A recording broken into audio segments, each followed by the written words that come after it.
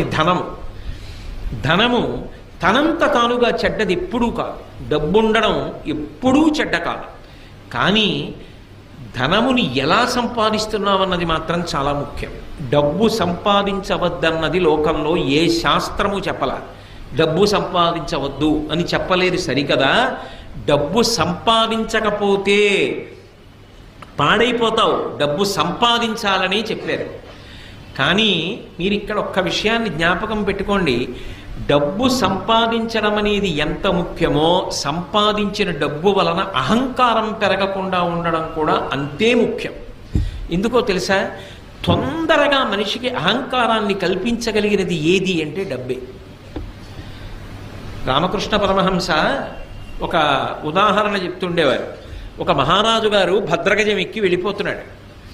ఆ కింద ఓ పెద్ద కన్నం ఉంది. ఆ కన్నంలో కప్ప